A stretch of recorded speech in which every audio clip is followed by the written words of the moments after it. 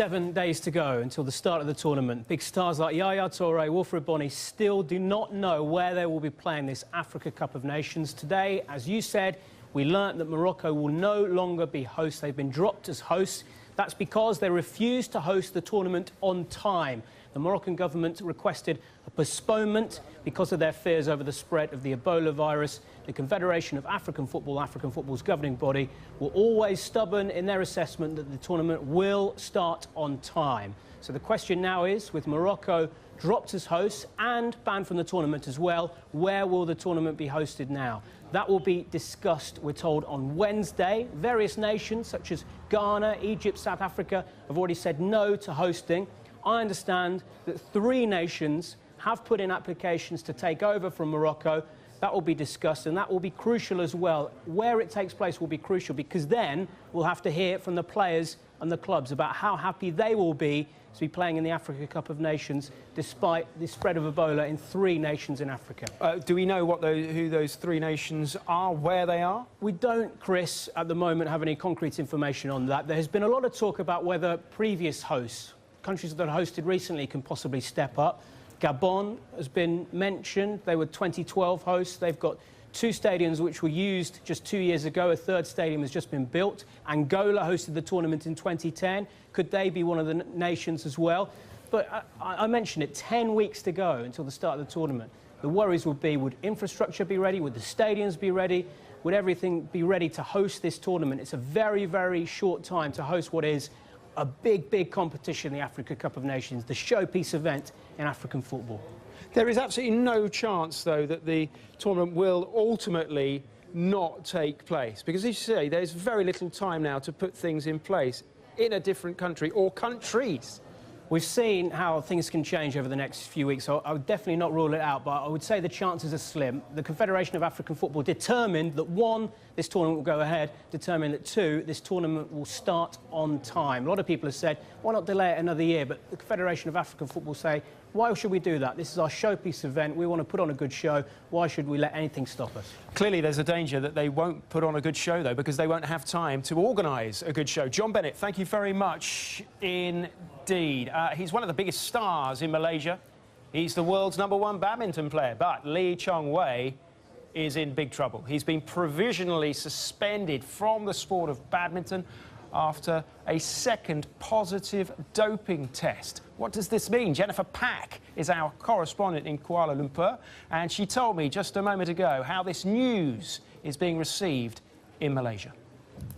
Lee Chong-wei is one of the few people in Malaysia, in this very divided country, to bring people together to watch his games, whether they are Muslim, non-Muslim, whether they're ethnically Malay, Chinese or Indian. He is one of the few people during his matches who could draw all of these people to sit together in roadside food stalls to watch his games. He is seen as a national icon because he could bridge the divide in this country, and that's why they care about this story. They want to see Malaysia to be proud on the international stage. This is a small country of just 30 million people. They don't get many other sports where they can medal in the Olympics. Mr. Lee is their one and only hope at this point in time, especially in badminton, because it is a national sport. Yes, you see people playing behind me, but there are people out on the streets at nighttime after dinner who are playing the sport themselves as well. And many of them, again, have been inspired by Mr. Lee. So a lot of them are very saddened, they're very shocked, they're very surprised at this potential news that he would be suspended for up to 2 years.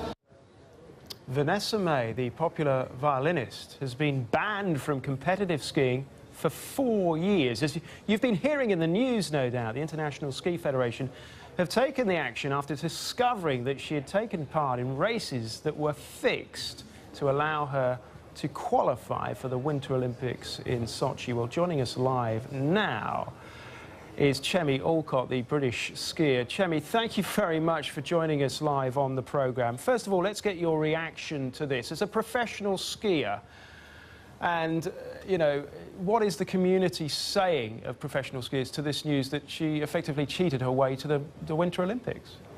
Well, there's a lot of heat on Twitter. I think for me, myself, I fought against the whole Eddie the Eagle mockery for so long that it's sad for this to come back into our sport and make people think that you can cheat your way to get to the Olympics, because this is the first I've ever really understood about it. I actually know Vanessa, and I saw her training last summer, and I was actually impressed by how hard she was training. So I'm really disappointed that this has come out. I mean, it's really bad for our sport, but I want to really drum in that it doesn't happen often. How can you manipulate race results up in the mountains? That is what the FIS, the Federation of International Skiing, are saying has happened. But, I mean, you've been there, you've been in these races. How easy or difficult would this be? It's incredible, because our sport is against the clock. So for me, it's black and white. But the extent that they went to cheat is incredible. There were girls who were on the race results who weren't even on the mountain.